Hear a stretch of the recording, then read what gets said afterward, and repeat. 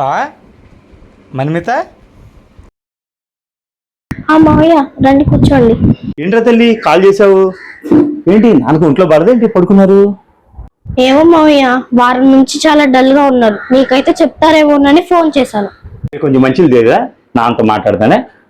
బావా బావా ఏంటి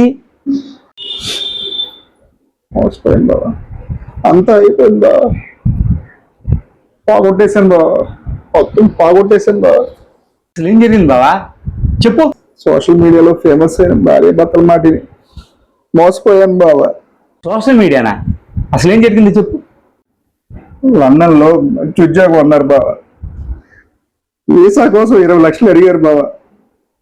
ఉన్న ఇల్లు తాకట్టు పెట్టి 20 లక్షలు తీసుకెళ్లి వాళ్ళకి ఇచ్చారు బావా.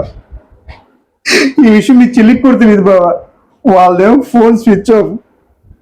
మోసపోయాను బావా. భవిష్యత్తు అంతా ఆగండి భోజనం అయిపోయింది బావా. బతకాలో చావాలి అర్థం కావట్లేదు బావా. చచ్చిపోయేవాడు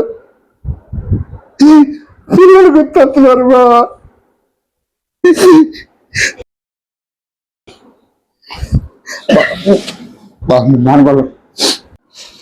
తల్లి థ్యాంక్ యూ తల్లి.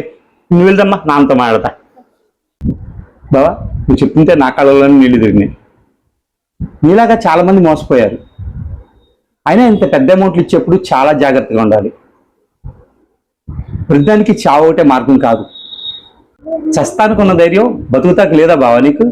అయినా ఒకప్పుడు ఎంతో ధైర్యంగా ఉండేవాడివి, ఇప్పుడేంటి ఇలా అయిపోయావు? మీరు ఏదైనా నిర్ణయం తీసుకోవాలంటే మీ ఇంట్లో వాళ్ళు ఉన్నారని ఆలోచించి నిర్ణయం తీసుకోండి. ఒక డోర్ మూసేసి ఉంటే ఇంకో డోర్ ఓపెన్ అవుద్ది. మీరంతా జీరో నుంచి హీరో అయిన వాళ్ళే. మళ్ళీ మొదలు పెట్టండి. మనోధైర్యాన్ని మటుకు కోల్పోవద్దు ప్లీజ్. ఓకే బావా, మంచి ధైర్యాన్ని ఇచ్చావు. మొదలు పెడతాను బావా, మళ్ళీ మొదలు పెడతా.